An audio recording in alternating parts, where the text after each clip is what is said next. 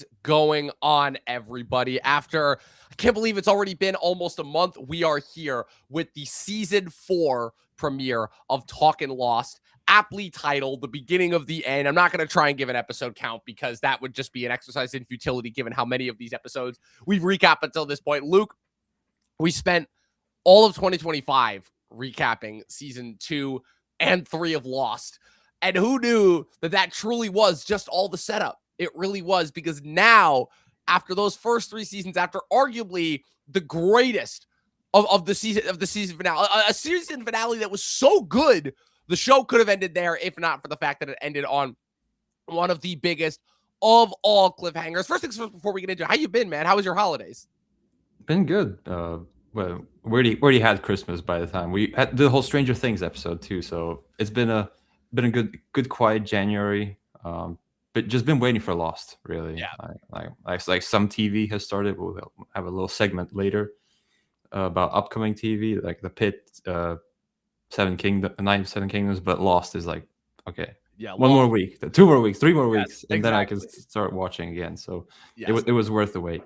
You were thirsting after the first 3 seasons for what was going to come next, especially with the gangbusters reveal and through the looking glass that, oh, we're going to be jumping from flashbacks to flash forwards now going forward. So with that being said, how do you think they utilized that in this premiere episode after season 3? And do you think that you're even more locked in than you were before? I think for lack of a better term, they're going to be edging us the entire season with what they did, what the Oceanic Six means, what did they do to get off the island, and they really have to teeter around that to keep us engaged, but to not reveal it too early. And then, knowing Lost, we're going to wait until the last episode of the season, but it's a shorter season. It is a shorter season, yes, and that ties me into, again, because of all of the things surrounding this episode when it first aired. This episode aired, ironically, around the time where we're airing this now. This was in January of 2008, famously. So a couple of things about the structure of the show going forward from this point on. Much shorter season this time around. This season is only 14 episodes. The next 2 subsequent seasons are 17. They would only air in one blocks in the spring of the subsequent couple of years, 2008, 9, and 10.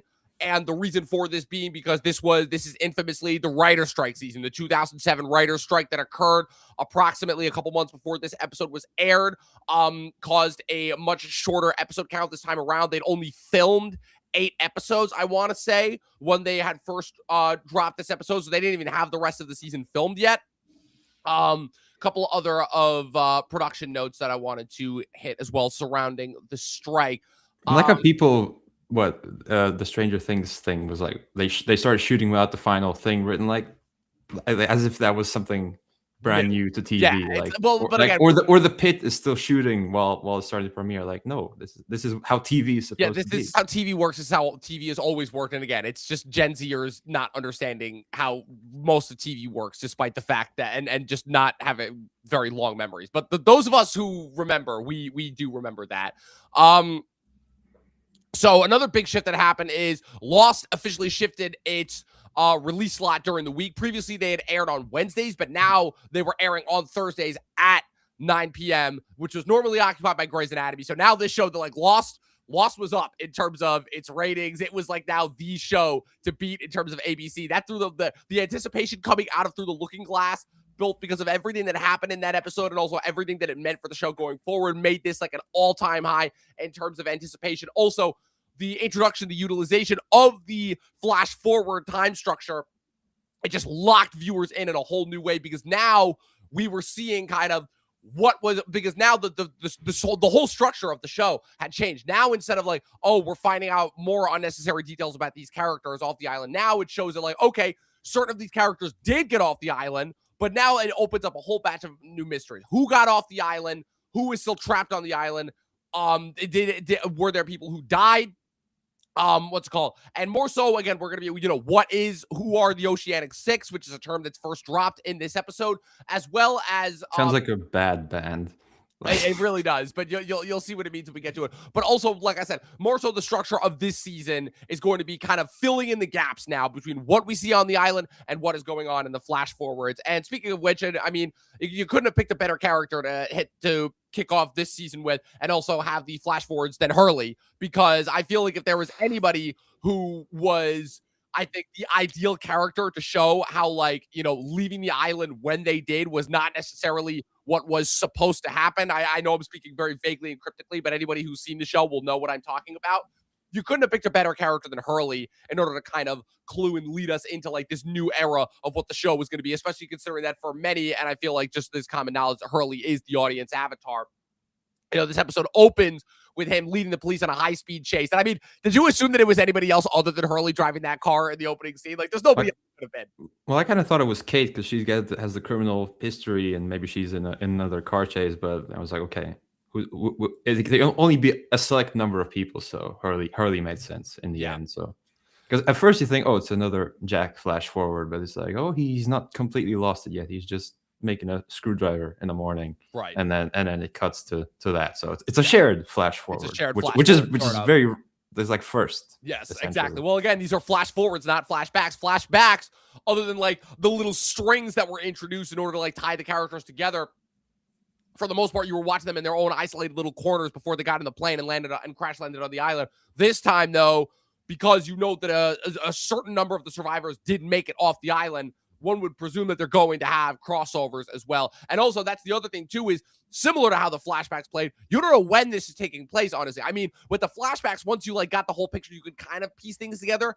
as far as where they were going to happen. But for the most part, like, you don't know when this is taking place. So the only thing that we know now, because, again, the only flash forward we've seen up until this point is Jack in the season 3 finale, and he's kind of losing it. The infamous, gonna grow a beard, we have to go back. But this time, he's still kind of, very calm, cool, casual, collective. You see him watching Hurley's high-speed chase on TV. And Hurley, you could tell, is just not been doing well since he's gotten off the island. He is seeing visions. He's being reminded of the things that happened to them on the island. He's got severe PTSD. He voluntarily checks himself back into the insane asylum. You're also getting little cameos there. Ana Lucia's partner, who asks Hurley, like, hey, what happened to her? Did you meet her on the island? And Hurley very pointedly says no, very clearly lying, obviously, but it shows, like, once again, like, setting up the seeds as far as, like, okay, what happened that led up to them getting off the island? Why the hell, like, are they so intent on being so secretive about the circumstances in which they got off the island? All of this. And Jack even, like, asked him, like, are you going to tell? Like, okay, that right. Like they've made this pact, whoever this Oceanic 6, I'm guessing Jack, Hurley, Kate, because we saw her in the last one, and 3 more. I don't that could be anyone at this point. So I'll wait until that's revealed. So yeah, again, so it's first episode's doing first episode stuff. It's setting up a real big mystery. It's setting up where everyone is, what their allegiances are, and the flash forwards, which are going to be. I think Flash. I'm finally interested in the Flash part of the stories, because early on it was like, oh, these characters for the first time, season 2 and 3. It's like, okay, we're going in circles, and now it's like completely new. So yeah. Well, that's the thing too. Is the problem is, like I said, is by the time they realized that, and why this kind of direction was so ingenious, because by the time they realized that they'd kind of written themselves into a corner with these flashbacks, they'd already become an intrinsic part of the structure of the show, is the fact that ultimately the episodes really kind of couldn't function without them. And they found some ways to do some interesting things, the Claire and Michael stuff that they did, the Locke episode where it showed what was going on with this time with the others, the whole expose episode. Like, they were finding some different creative ways, but for the most part, they needed to figure out a way to, like, get themselves out of that trap, because it was causing a massive rating stall for them. And this was their way out. And like I said, if you ask me, brilliant, bravo, job well done, because yeah, this is really, not only is this part of the reason as to why viewers were so locked in a way they hadn't been with the first 3 seasons all the way up through the end of the show, but also this kind of makes for what I would say is my favorite season of the show, ultimately. Like I said, we'll see what happens when we get to 5 and 6, but I remember watching season 4, and compared to what was otherwise a pretty big slog for season 3, I know we really, really praised those last 4 episodes, and they really, really marked a turnaround, but season 3 was a for the most part, was kind of a little bit of a chore to get through, with the exception of a few episodes here and there. Season 4 could not have been more of the opposite of that if it tried. Unlike Season 3, which very much felt like it was deliberately pandering, padding out its runtime, trying to push all the action up until the end. You are locked in from the get-go. Immediately, you have this instant new threat that was set up from Season 3. Is Naomi actually who she says she was? Who were the people on the freight? Because the other thing that's set up as far as the island plot goes is the survivors were so hell-bent on making contact with the freighter. Charlie literally died. He sacrificed himself so that they can make contact with this freighter. Desmond makes it back to the beach only to discover that, oh, Penny is not on that boat, which means that the people on the freighter, who is on that boat, and are they actually there to rescue them? Obviously you saw Jack making contact with Minkowski in the finale, but for the most part, so all of this is dovetailing together. And like I said, it's in what is probably my favorite season of the show, ultimately. Yeah, again, it's like we talked in the last episode. They knew there was a boat. They didn't know who was on the boat. They're gonna figure that out when they get to season 4, like writing wise. So again, it's that lost thing of like, we'll do this, and then it might be useful later on, like the cable leading to the looking glass and like little details like that. So again, that's how TV's made. People often forget. Yep. And ultimately, like I said, this is episode, even though we get some more great Jack and Locke bits that were kind of missing, I would say, from season 3. Again, this is Hurley's episode primarily. The episode is primarily focused on Hurley and his PTSD and guilt over Charlie dying, and how that kind of motivates some of his decisions on the island, which in turn causes him to have even more PTSD once he gets off the island, because as you've seen when Jack comes to visit him in the asylum, they're playing pickup basketball. Jack's like, oh, are you going to tell anyone? Because the other thing too is there is clearly a new evil force. We don't know who they are yet. We don't know if it's Ben. We don't know if it's somebody else at this point in the show. But Hurley is visited in the asylum by a new mysterious figure named Matthew Abaddon, played by the recently passed Lance Reddick, an icon of TV in general. I'm surprised he didn't slide them a gold coin. I know, right?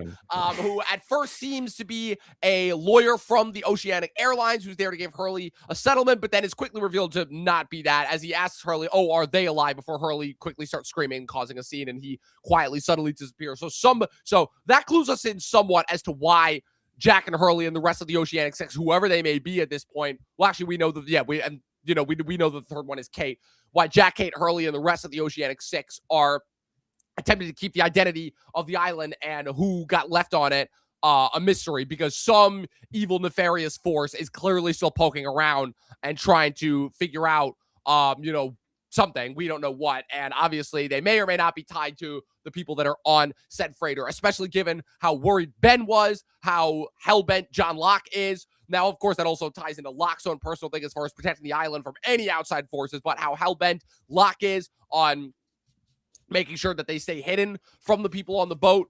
So like I said, we already have a lot that is being set up on the island as well as on the flashbacks. Like I said, the flash forwards are basically cluing us into like, okay, some people made it off the island.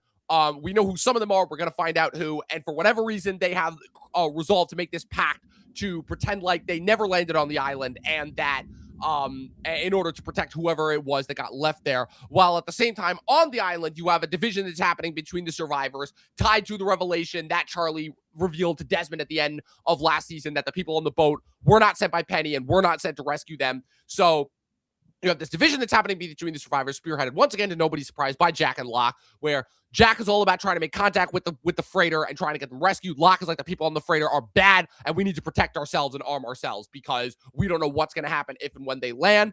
So the majority of the plot on the island is, there's not much happening there. It's mostly just like the crew that was left on the beach after they beat back the others are trying to rendezvous with Jack's crew. Jack and Kate also go off on their own in order to try and find oh my God, what's her name? Naomi, who disappears despite having a knife in her back. Kate finds her, and then Naomi is able to once again make contact with the freighter before dying. The group on the while they're on the group on the beach, Hurley, of course, is like all messed up and distraught after hearing about Charlie's death. He wanders off, gets separated from the group, runs into Jacob's cabin several times, including but possibly making contact with somebody inside of the cabin. There's definitely someone in the chair. Definitely somebody like in we the saw chair last season. Yeah, there were a couple of fun tidbits there as well. Let me just find this here. That's the Charlie bit. Okay, yeah. So when the episode was broadcast, Christian, Jack's father, did appear in Jacob's cabin. However, when the scene was shot, it was shot with another Hurley inside. So they Can you imagine my disappointment when I see John Terry in the guest I appearances know. and I he's know. not in the And he's episode? not in the actual. Well, he's there for like all of 5 seconds, but he shows up so briefly that again, it's a blink or you'll miss it cameo. So, once again, more so just like little Easter eggs, little fun inputs there. So it shows that like, okay, for whatever reason, Hurley is capable of seeing the cabin, which previously I think only a few people could do because I mean, it hasn't really been discussed, developed, dived into yet because you really just had Ben taking Locke to the cabin, and you know that whole episode was just really a test as far as like showing Ben being a con artist and the whole ambiguity around whether or not he actually could see Jacob is the thing. But whatever the case is, whether or not Ben could see Jacob or not, Ben could still find the cabin ultimately. Locke couldn't. So, but this is showing that like, okay, in addition This to is going to be important this season. in addition to kind of being a centerpiece linchpin of the episode, you know, Hurley is also shown to be playing a massive part in kind of the lineage legacy conflict of the island going forward, considering that he can see Jacob's cabin. As well, he eventually rendezvous with the rest of the survivors. The survivors get back together. After Naomi has officially died, they all compare and trade notes. Jack punches Locke and beats him into the ground, is about to shoot him, but the bullets in the gun are empty. Locke tells him that, you know, they need to worry ultimately about about who's on the freighter. And so he decides that he is going to lead whoever wants to come with him to the others' barracks, since the others have deserted them. The others are off. God only knows where. The last we saw of them was Ben and Richard to take them to the temple. We won't find that out what that is for a little bit. And finally, so you have the survivors that decide to go with Locke. You have Hurley, who very much so, again, is like, again, Hurley is distraught. He's not thinking straight. He is very, very sad and upset about what happened with Charlie. And he's taking that out on Jack in a little bit for a combination of, he's seeing Jack as the reason for everything that's happened. He's like, yeah, the boat people are bad. They want to kill us. He believes Charlie above everybody else. Charlie literally sacrificed himself to get this news. He's like, and I'm not going to do anything in order to potentially endanger, you know, and also because of this, Claire and Aaron decide to go with Locke as well. Russo and Alex and Carl, who also still have a captive Ben. We get another awesome Ben one-liner because Ben, even though Ben is basically completely incapacitated and tied to a tree, he is still showing that he is not someone that they can keep around because he tries to get Russo to, he's like, if you care about Alex, you will take her and get as far away from here as possible. He also says to Jack, he's like, if you don't mind, Jack, I'm gonna go with John. And so just I'm loving this Ben sort of slightly comedic it's turn, so good. like because he's not with others anymore. He doesn't have that authoritative presence. He's a prisoner. So the best you can do is try to make a little fun out of it. Because I guess he's not like technically an other. He came to them from Dharma, so now he's like with the non-island people, if you will. So So and then the big surprise at the end is the final survivor. I mean, there's a couple other like miscellaneous, like, you know, survivors that are just in the background there. But the final named survivor that chooses to go with Locke is Sawyer, much to Kate's distress. So why do we think this is? Because obviously Sawyer just gives his usual Sawyer answer of, because I'm a survivor. But do we think this has to do with you know, his new connection with Locke as a result of what happened in the brig? Do we think that like he's just naturally distrustful? Because again, we obviously have been. We still obviously spend a lot of time with Sawyer. Sawyer is still a main character, but again, Sawyer has really been like undergoing this silent transformation ever since the events of the brig, and as a result, we haven't spent as much time with him. So, what do you think Sawyer's reasoning for going with Locke is? Yeah, I think it's something to do with that shared experience at the Black Rock, right? So, I guess in Sawyer's mind, he's better off with doubting whatever rescuers come here because he's not had a good experience with people on boats on this island. Going back to the first season finale. The least. Sawyer does not have a good experience with boats. So yeah, he's still discovering himself after dealing with his life goal essentially. So yeah, I'm excited to see where he goes. Yes, indeed. And like I said, so we have pretty much our final Hurley flash forward. Hurley hallucinates Charlie coming to visit him at the mental asylum, and Hurley is like, "Oh, you're not real," and all of that. Yeah. But then basically, although that one guy says that guy's looking at you. Yeah, so, exactly. So like, what's real? Yeah. So is this a hallucination or is this something else potentially? So, It ends. So it basically shows that Hurley ultimately regretted the decision of going with Locke as he apologizes to Jack. He's like, I should have stayed with you. I shouldn't have gone with Locke. And also, our other big cliffhanger that we're left with is after Jack and Kate, Jack is kind of like, pondering off in the corner, oh, I still couldn't beat Locke, all the people who went with him. Kate is once again trying to comfort him when all of a sudden they hear a helicopter. They see a dude landing. He pulls off his helmet. It's Jeremy Davies, Private Upham from Saving Private Ryan, and Dickie Bennett from Justified, a very, very well-known character actor. He has officially made his appearance on Lost as the character Daniel Faraday, one of several new characters who joined the main cast this season and are going to be mainstays going forward. And the last thing he asked is, are you Jack? Boom, cut to black. Awesome season premiere. We are all locked in ways that we had no idea we were in for before. So real quick going forward, let's run some theories past each other before we get into the second half of the episode. We're talking about some of our most anticipated TV shows.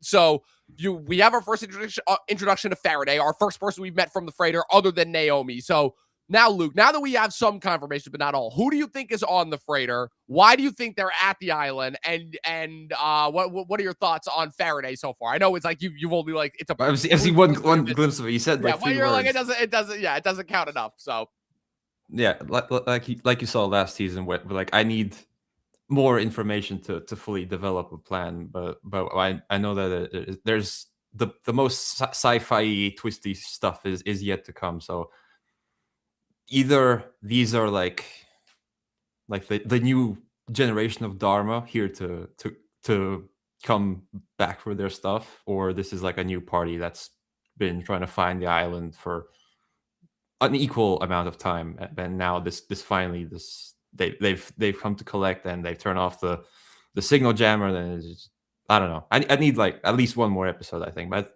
essentially, they're either Dharma remnants or a new faction that wants to exploit the island for its brouhaha magic. It's brouhaha, exactly. So stay tuned going forward in order to see which of Luke's theories pan out to be correct as we continue throughout 2026. Like I said, we said this was going to be a 2-year commitment right here, but we are season 4, the halfway point.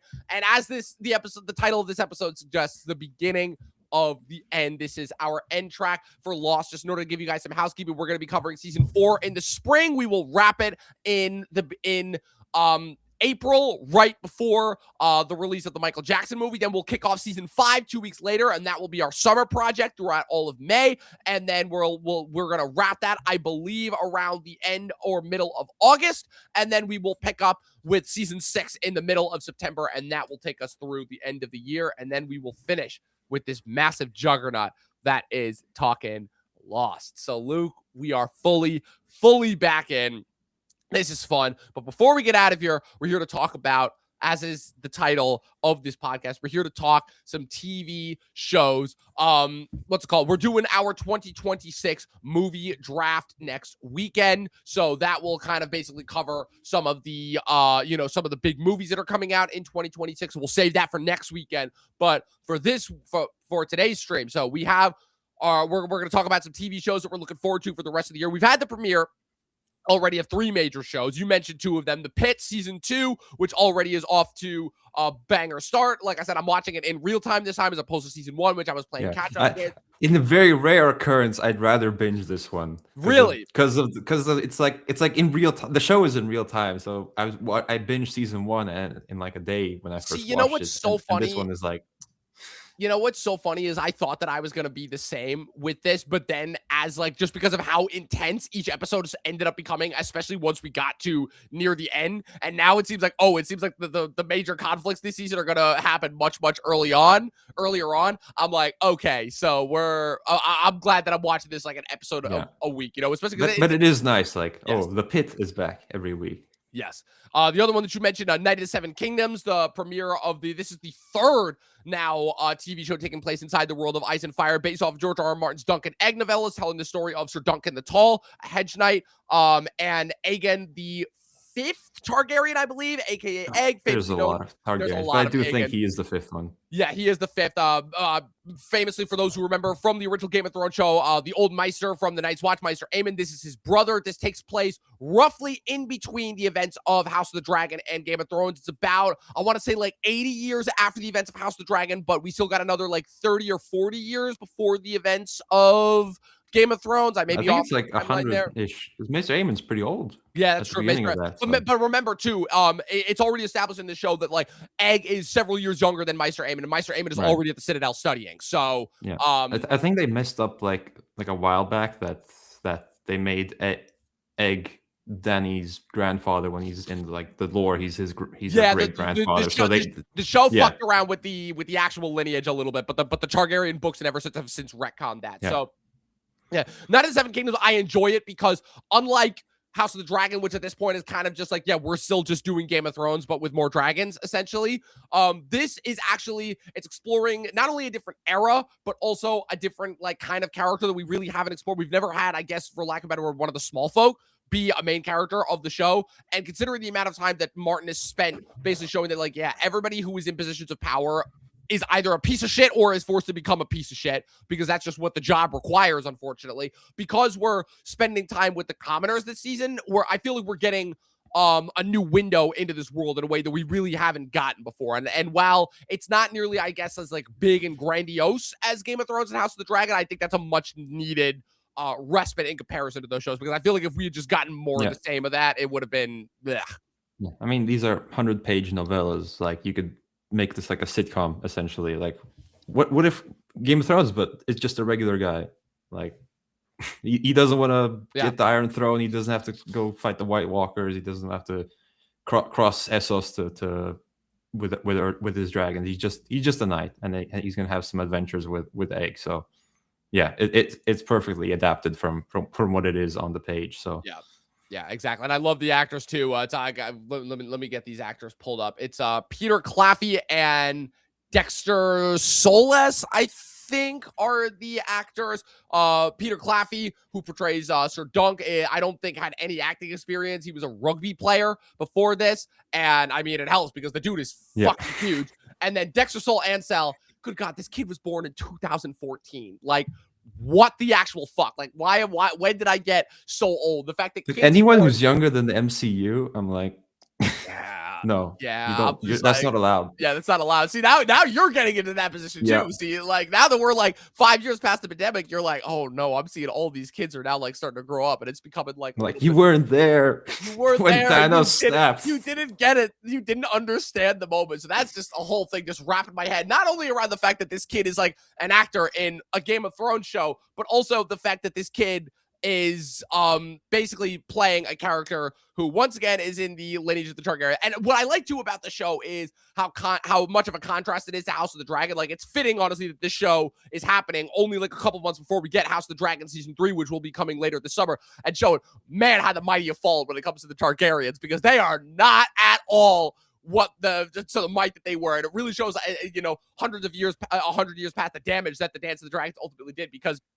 the Targaryens, even though they're obviously are still ruling the kingdom, they are not nearly as revered as they used to be. All the dragons are dead, so they have completely like lost the thing that essentially made them who they were. And you see all the Targaryens in this show are either just drunk, despondent, miserable, psychotic, you haven't met them yet, but you're gonna meet Egg's father, Mykar, and his brother, Arian, who are both like complete psychopaths. Ultimately, you also had a very, very fun insert from Daniel Ings, who people will recognize as Theo James's dipshit brother from The Gentleman, as Lionel Baratheon. And I don't think the word seed stealer has ever been more appropriately used for a character than it was here, because that whole sequence in the tent, like, I could just watch that on repeat. Like, that was awesome. Yeah, it felt like the good old Game of Thrones days. Just like good dialogue, like low action, if you will. So, how's the Dragons like? Okay.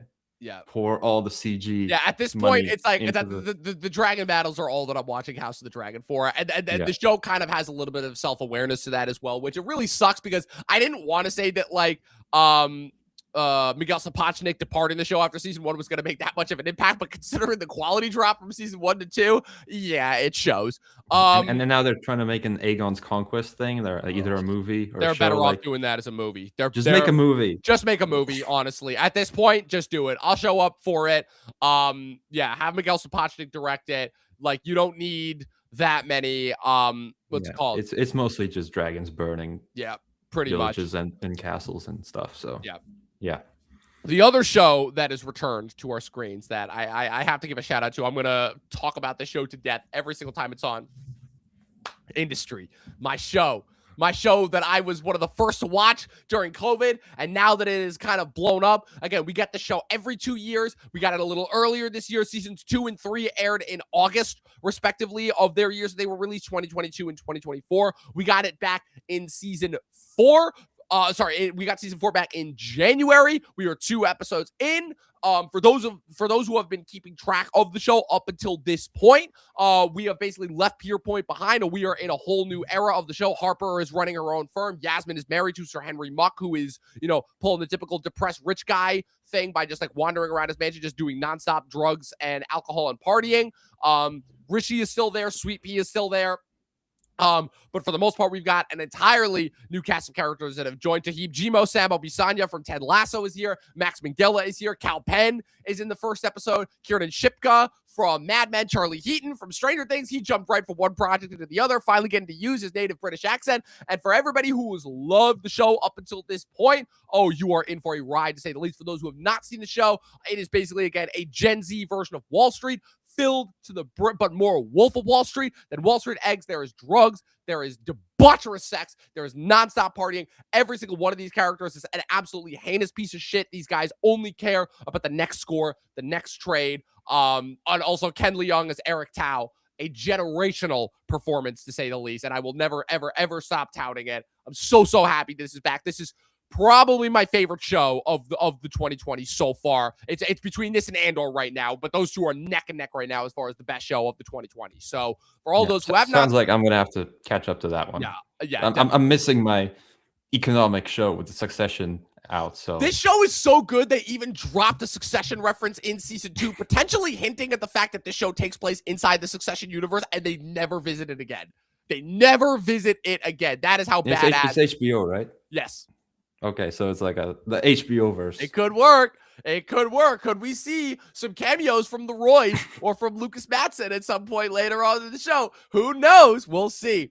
But those are the 3 shows that we have premiered right now. So for right now, basically what I'm going to do for this next episode is I'm going to run off the rest of the shows that have release dates so far. You're going to give me a yay or nay, whether you're looking forward to it. And then we'll just do a brief cover of all the rest of the shows that are set to come out for the rest of this year, the ones that are confirmed and the ones that could potentially come out. So first up, I have Wonder Man, which is dropping 2 days from today, all 8 episodes on January 27th. Now, despite the relative skepticism that the majority of the last couple of MCU TV shows have been getting, this one's been getting good reviews. This one's been getting very good reviews. I'm gonna give it a yay because it's a TV show in the MCU. It's not a movie that's stretched out into 6 episodes. They seem to be learning, starting with Daredevil, yes, Born Again. So yes, we're not counting Ironheart because Ironheart was part of the old regime, the old approach. If they can continue this trajectory, keep the flagships to the movies. Like now they're trying to split Secret Wars into 2. I mean, we'll see if that actually we'll see if that happens. But yeah, make TV shows with your mind, your characters, because that's where they have the opportunity to shine. Yes, make TV shows. Yay. TV shows. So that's a yay. Next, Shrinking, 3rd and potential final season. Jason Segel show, Bill Lawrence's follow-up show to Ted Lasso, starring Jason Segel as a therapist attempting to get over the death of his wife, and which causes him to take a new track in his therapy and also forge new relationships with those closest to him, including his mentor, who's portrayed by Harrison Ford. Season 2, which aired 2 years ago in the fall of 2024, saw new directions going for Segel's character. So like I said, this is the 3rd potential final season. This will also not be the only Bill Lawrence Apple TV Plus show. This will also not be the only Bill Lawrence show we get this year, as we also have the 2nd season of Bad Monkey starring Vince Vaughn, as well as another show that he worked on with Steve Carell for HBO called Rooster, which will also be hitting later this year. But Shrinking, have you watched it? And if you have, are you looking forward to this 3rd and potentially final season? I'm gonna give it an A because I haven't watched it yet. Okay. No, I can't give it a yay. Can't give it an A, but A. Yeah. for what I'll say is the first season was really good. Second season was iffy. So, we'll see how this third season ties it up.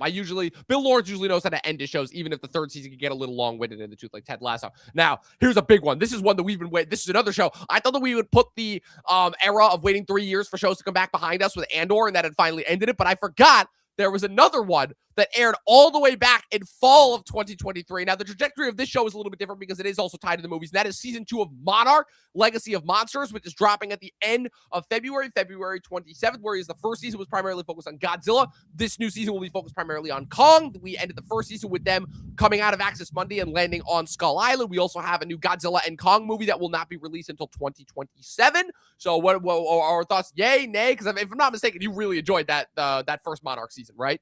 Yeah, this one's definitely a yay, because I doubted it's like, oh, you're doing a MonsterVerse show on TV, but I forgot that it's Apple, and Apple have infinite money, and they can do whatever they want. So that first season big was yay. Spectacular. Like, I had like the fact that they put a whole Godzilla monster fight on a TV show and it looked as good as, if not better than, some of those fights that we got in the movies.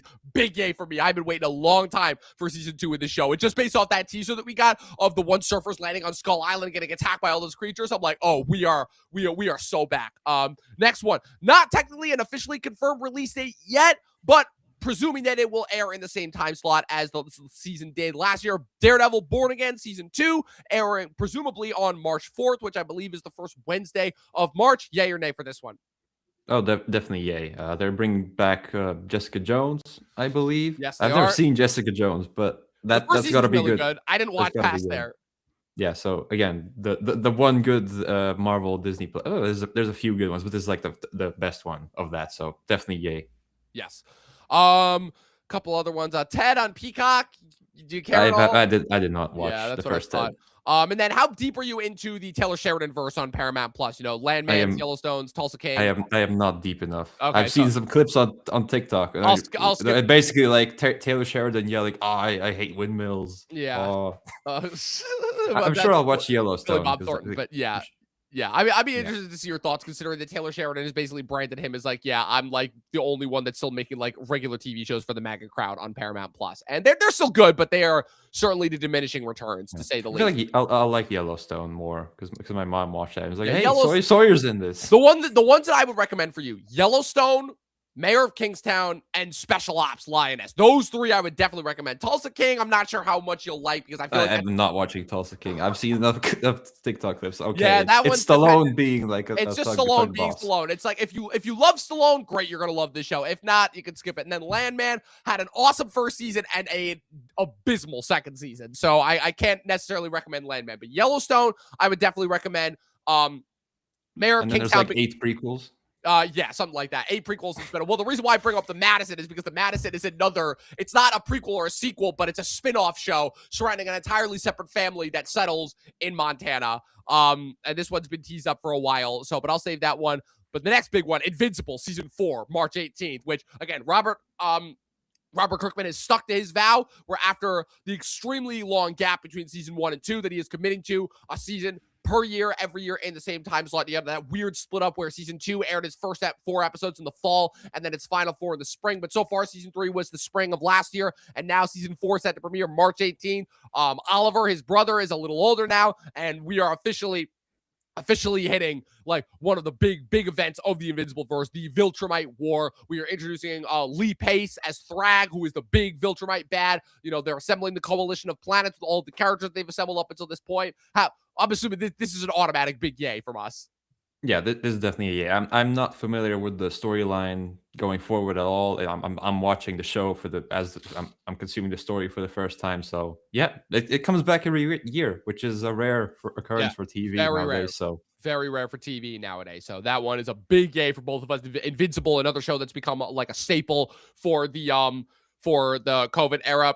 Next up, another show that it feels like we have been waiting forever for. I don't know why it took them so long for this new season. I'm assuming because they were also working on the spin-off show as well around the same time. That is this is a wonderful surprise. Yes, when the I fifth saw it pop season up. of For All Mankind finally coming back after, again, they aired. That was another one that aired all the way back in the fall of 2023. This one is jumped forward again another 10 years. The last season was, I believe, set in the 2000s. This season is set in the 2010s. So how the hell is Joel Kinnaman's character even still alive now? Can he even still travel to space? He's like 90 plus years old. He's got to be, or something like that. Well, there's a little less gravity on Mars, so maybe it's good for the bones or something. True. And they've got him an even older man makeup. It's true. Like, you can't even recognize him at this point. So that's the thing. So now I have not finished season 4 yet. I only ended up watching the first 2 episodes because I remember for whatever reason at that time in the fall of 2023, I was still in school and there was just like a glut of TV shows that I was trying to catch up on. And so For All Mankind kind of just slipped through the cracks. Yeah. But I will say it's probably the weakest one, but I'm like, you're 4 seasons in, you're allowed to have one that isn't better than from what I got ones. from it, it was very, very much a retcon / reset season where it's like we're introducing all the new. We've killed off almost all of the primary members of our cast for the first 3 seasons. We've only got a couple hangers on for this upcoming season, other than Joel Kinnaman, who just continues to be in this show. And season 4, from what I understand, was very, very much the reset season. Okay, we're introducing these new characters that are going to kind of keep the show going forward. So it was so long ago. I could probably rewatch a lot of it and have a just as good experience. But the big event that was in season 4 was like, it kind of created like an Earth versus Mars situation. So okay, so that's going to be our conflict going. I'm curious to see how that does. And the ending of season 4 left it was like okay. How is this going to affect things going forward? So we're getting set up for some gangbusters going into season 4. Yeah. That's good. Now next one. Did you watch Your Friends and Neighbors with John Hamm on Apple TV? No, I have not. Yeah. So actually, surprisingly interesting premise where John Hamm plays the one nice guy who works in finance in New York who gets completely fucked over because of a situation that he unintentionally finds himself in. So his boss, who's basically been looking for a chance to get rid of him, finally takes the chance to get rid of him, fires him. He loses essentially everything. He's already basically, been divorced and estranged from his wife and kids for years. So with nothing left, it's essentially John Hamm's Breaking Bad, for lack of a better word, where it's not quite a midlife crisis, but it's basically where he turns a situation that is kind of out of his control against him, and it's also kind of like a subtle commentary on the excessive wealth and the type of personalities that populate like suburban America that like live on the fringes of the city, where basically John Hamm, with nothing left to lose, basically decides to start robbing his neighbors, and shit goes on from there. And there's a bunch of conspiracy theories. There's a murder mystery that happens halfway through season 1 that was kind of a little bit distracting, but needless to say, with the way season 1 ended, I'm very, very excited to see season 2, especially since James Marsden is going to be joining this season. So that one's a big yay from me. Next one, another kind of a surprise reveal. So we famously knew that Mandalorian and Grogu was another instance of them like retconning and reformatting. Take the season 4 script. Yeah, take season 4 Mandalorian, mash them into 120 pages. But we're getting another animated show from the Dave Filoni verse, which Bad Batch wrapped up 2 years ago now, and that is Maul, Shadow Lord. So we're presumably going to be following Darth Maul, and building up his empire between the events of, after the rise of the Empire and after the events of Bad Batch. So once again, yay, setting more stories in that verse between episodes. But seeing that thing that Filoni didn't like Andor, and that he's now in charge of something, I'm like, yeah. Like, look, Andor was great. We'll remember it forever. Yeah. I'll never say no to more Dave Filoni animated content, because if there's one thing that is proved that he has proven to be consistent with, it is the animated content. But seeing that, look, I very much enjoy and appreciate how Filoni is intent on continuing Lucas's vision in a way that very clearly the leadership at Lucasfilm could have cared less about for the last decade. But that being said, it is a little bit of a downside with Filoni's creativity, where he is so stringent on making sure that everything fits into the universe that Lucas set up, that he kind of has no tolerance for anything that kind of colors outside the lines, which is kind of insane considering that Andor, for all of its strengths, Andor stayed pretty much inside the chronology. So I'd be interested to see like what his thoughts are. It didn't have any of your Vader appearances, right? Things like that. It was mostly a grounded show. It was mostly a grounded show that didn't rely on cameos. Yeah. So our next big event that we have, well, 2 back-to-back, The Boys final season on April 8th, And then Euphoria, finally back after 4 years. We didn't even know if we were going to get another season. And this season is vastly changed. The characters are all out of high school now. Several of the cast did not return from season 2. Several of the cast members actually died after season 2. Poor Eric Dane as well, who portrays Cal Jacobs, is, now stuck in a wheelchair, diagnosed with, battling ALS. So there's been a lot that's happened, especially also, 2 years since the last season of The Boys. We had kind of a mid-season of Gen V in between, but the last season of The Boys setting us up for ultimately the big final climactic confrontation. Will Butcher finally take down Homelander? The answer is obviously yes, but how will they do it? Because they're obviously not going to be able to do what they did in the comics because, they kind of, ruined the Black Noir twist there. So how are we looking forward to how are we feeling about both of these shows? Well, Euphoria, I'm gonna make the quest to watch it for the first time this year, and I don't think it's gonna end well because I don't think I'm gonna like a show. But for the sake of talking TV, I'm gonna watch it, and then I'm gonna watch it weekly to keep up with the culture. Because it is a very popular show. I guess unfortunately, for better or worse, I want to see what it's all about. In the season 3 trailer, I'm like, oh, why is Mr. Echo a drug dealer? No. That was a fun surprise. Awesome. And the Boys, I'm like, okay, I'm kind of ready for this show to be dope. It's not quite so bad as Stranger Things, but I'm like, okay, finally get the Butcher Homelander fight that we've been. But Soldier Boy is back. Soldier Boy's back, thankfully. I think they learned their lessons from season 4. And look, in hindsight, I definitely will admit that I was very, very harsh and hard on season 4, especially given that it wasn't entirely a setup season. And as a result, there were certain storylines that kind of got left on the back burner, certain things where they were like, okay, look, we gotta keep moving forward. And also the fact that the Boys essentially kind of shedded off a decent amount of its storyline onto Gen V, which, okay, if that was going to be the point of Gen V, to just basically continue the Boys storylines, but with all of these other characters. And now I guess Gen V. Now we got 2 more spin-offs coming. I'm like, because there's no way they're going to greenlight another season of Gen V if the characters from Gen V are going to be in the Boys season 5 and will play crucial parts and not just be background roles the way that they did in season 4. So I'm 50-50 on both of these, but like you said, I'm glad that The Boys is going to be done. And at this point, I just need to see Euphoria just to see what a hot mess this season is going to be, because the first 2 seasons are just so baffling to me in terms of how something that's not so bad, but so purposefully problematic, because it is the thing that I'll say is that all of the problems that it has with its plot are done on purpose. They are intrinsically made a part of the plot.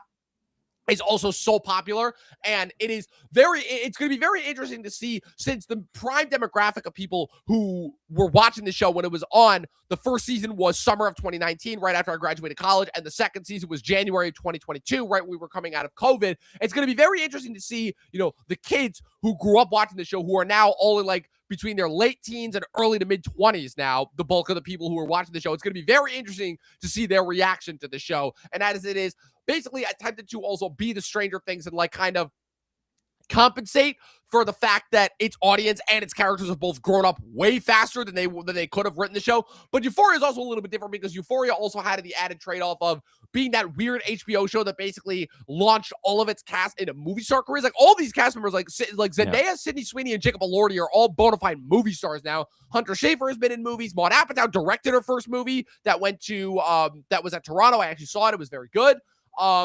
And like I said, just the new cast members that they have in this season, I don't know what the hell they have planned for this show coming up, but it's gonna be interesting to say the least. And then the last show that has a release date as of right now, that being again a show that I think it's safe to say that a lot of people forgot about, considering the fact that I don't know how many people were actually aware that this was getting a second anthology season. That's Beef season 2, which again was this revelation back in 2023. Obviously, I think it was safe to say there was kind of one of the 3 best shows of the year, alongside Succession's final season and The Bear season 2. Season 1 obviously was with Steven Yeun and Ali Wong. This season is it's revolving around 2 separate couples, Oscar Isaac and Carey Mulligan, and then Kaylee Spaney and Charles Melton. Again, I want to go into this season knowing absolutely nothing, because I went into season 1 knowing nothing, and I was so pleasantly surprised and enjoyed every single minute of it. Yeah, I was late to the beef party, but again, I knew nothing. I thought it was 2 people really angry at each other, but it's so much more than that. And now you make it 2 couples that are beefing about something, and the cast is obviously all stars. So yeah, this is I made my list. This is number 3 on my list for the year. So yes, very excited for that. I did that classic thing of limited series, win all the awards, season 2. Yes. All right, They gotta so stop doing that. I'm just going to kind of run through the rest of the shows. We already talked about House of the Dragon, so I'm not going to really focus on that. So we have X-Men 97 season 2 set to release sometime this summer. That's a big yay. Lucky, new Anya Taylor-Joy original Apple TV Plus miniseries. No idea what it's about, but it's I on. think it's based on a novel. It is based on a novel, but the last time we got Anya on a TV show, that was the Queen's Gambit, which was like the TV event of 2020. So that's a big yay for me. The Bear season 5, I gotta say, after this last season, I'm done with the Bear. Big thumbs down. Not a fan. Not looking forward to it. I thought season 4 was gonna be the last season. It was not. So yeah, that's a big no for me. Lanterns on HBO. How are we feeling about Lanterns? I'm hopefully feeling good. The DCU is like not off to the a good hottest start. start as I hoped for. Yeah. So Superman was good, but in hindsight, not as good as we would have wanted. And that Peacemaker season 2. Yikes. yeah. So but Lanterns, we got our man Lindelof working on it as well. So hopefully there's some like true detective, but Lanterns. Yes. Let's see what that does. Yeah. So season 2 of The Gentleman. How excited are we for that after season 1? I did not see the first season. Okay. So. New Blade Runner show, Blade Runner 2099, coming to Amazon this year. I believe Michelle Yeoh is starring in it. Like that could go either way. I think so. What's his name? Richard Gadd's follow-up show after Baby Reindeer going to HBO Max this year called Half Man, starring him and Jamie Bell, and he looks roided out beyond belief. He looks completely different than the minuscule guy he played in Baby Reindeer. No idea what that one's about, but I am looking forward to that. Brothers, the new Matthew McConaughey, Woody Harrelson show on Apple TV Plus. Spider-Man Noir, live action adaptation. That could be great or terrible. Yes, I'm going with the great part. Yeah, Vision Quest for Disney Plus, the Solo Vision series. That's if Ultron's back, I'm interested in that. Yep. So, and if it ties into later stuff, even better. So yes, the jury is still out. Indeed. Ahsoka season 2. I did not watch. I'm not a Clone Wars guy. I'm not a Ahsoka guy. So that's not for me. And then the last one that I have on here, because everything else is pretty much either Taylor Sheridan stuff or just returning stuff for stuff that I'm not really interested in or don't know much about. The Duffer Brothers are producing but not creating 2 shows that are going to Netflix this year. One called The Burrows and one called Something Very Bad is going to happen. Both of those are set to come out on Netflix this year. But the last one, the one that I'm really interested in, is the show Neuromancer. Have you heard anything about this show? I know it's based on like the definitive cyberpunk novel. Yes, the definitive cyberpunk novel by William Gibson. It is going to be starring, let me pull it up. Okay. It is going to be starring Callum Turner, Brianna Middleton, Joseph Lee, Mark Strong, Clemens Posey, Peter Sarsgaard, and Emma Laird. The basic premise is that it is about I don't have the plot pulled up. About a cyberpunk world. World, everything you know about cyberpunk hackers, is probably in here. Yes, exactly. So with that being said, those are pretty much our anticipated TV shows that we are looking forward to. I have one you didn't mention. Oh, yeah. Which one is that? If it comes out this year, I imagine it's Flanagan's Carrie.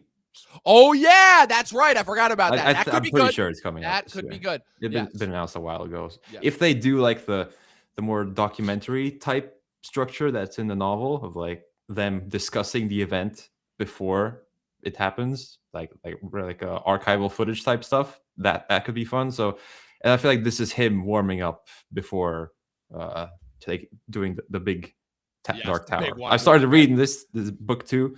I don't know how the hell he's going to do book 1. It's just like a fever dream, and book 2 seems to be continuing. But I barely made it through the first section of part 1. So like I said, so with that being said, those are some of our most anticipated shows that we're looking forward to this year. We will be covering a decent amount of them on the channel, as well as many as we are able to, consider the fact that it's TV, not movie. So it's always going to be a bit more tricky. So Luke, where can the good people follow you on the interwebs?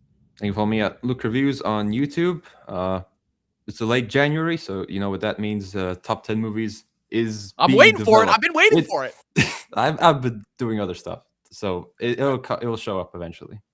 All right, and you guys can follow me with everything going on at Movie Nerd Reviews across all platforms, at Official Talkin TV Podcast across all platforms. Be sure to follow us on YouTube, Spotify, all the places where we post every single day. And be sure to keep tuning in for more episodes of Talkin' Lost. We'll be back next week with episode 2, confirmed dead. What does that mean? We will find out. But in the meantime, I'm guessing it's about Naomi. That's what I would assume. You will see all of that and more on next week's episode. But in the meantime, see you around and get lost.